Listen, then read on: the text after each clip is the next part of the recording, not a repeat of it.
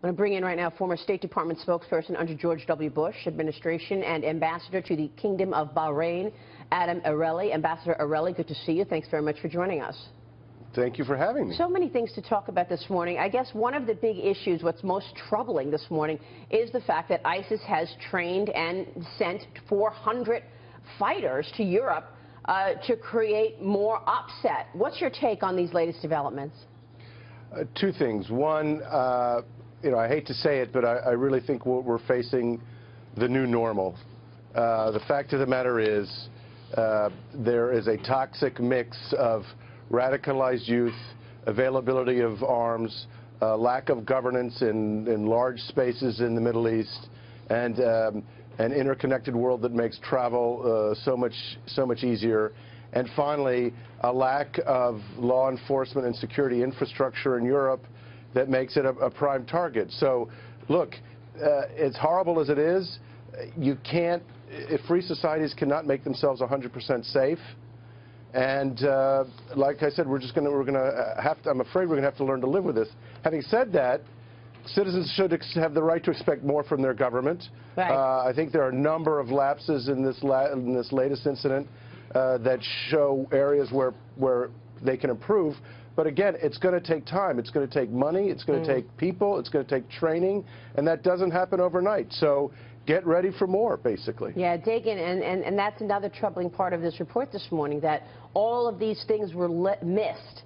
It probably could have been prevented. But were they missed? The head of Europol said last month that there were 5,000 inhabitants of Europe that have gone and been trained in Islamic State terror camps in Syria.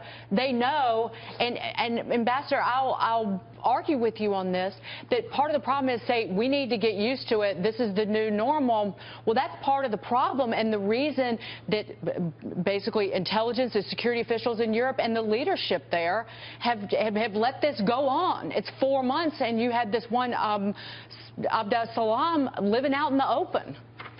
Well, I would say a couple of things. Number one, what you're not covering is all the attempts and plots that they have thwarted.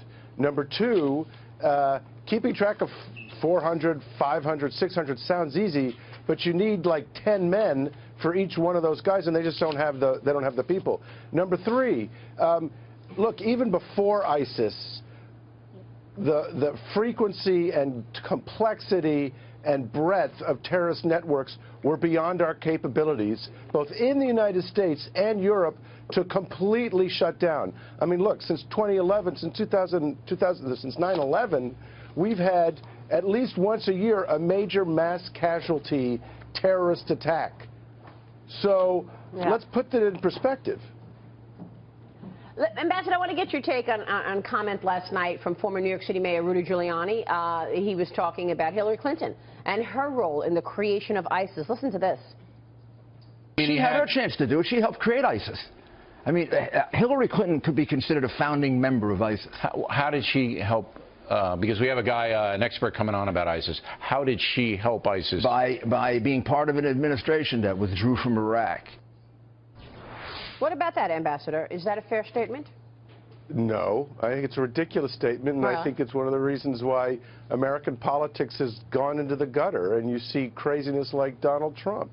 So, I mean, it's a great soundbite, but it doesn't withstand scrutiny. I'm not partisan one side or the other. Right. I'm just trying to be rational about this, and that is an irrational statement. So how did ISIS get so strong?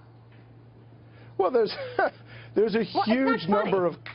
No, it's not funny. It's just like I'm trying to think of where to start. It's just such a huge, complex issue. But I would say two things. Number one, historically, ISIS started with Al-Qaeda. ISIS started in the 90s with Osama bin Laden. Right, but it was in the last 5 years that we started really seeing the atrocities, Anthony Scaramucci.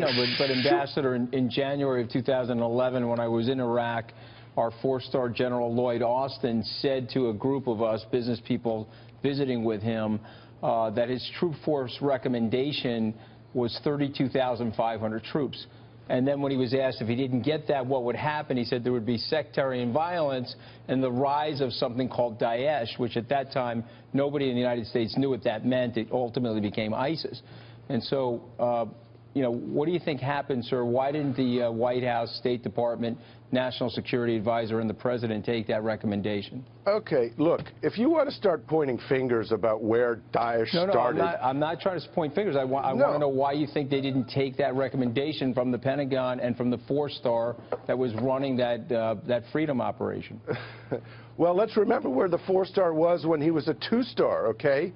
I was with Lloyd Austin in Iraq when he was a two-star, and when we had al-Ghraib. Remember Abu Ghraib? Right. No, I'm not avoiding the question. I'm saying that... You are, sir. You just say, listen, we made a decision to pull out because we didn't want our troops there anymore, and it was either a political decision or it was based on some grounding in national security, one or the other. Look, I would say this. I'm not trying to be rude, sir. I'm just trying to understand what happened. It's okay.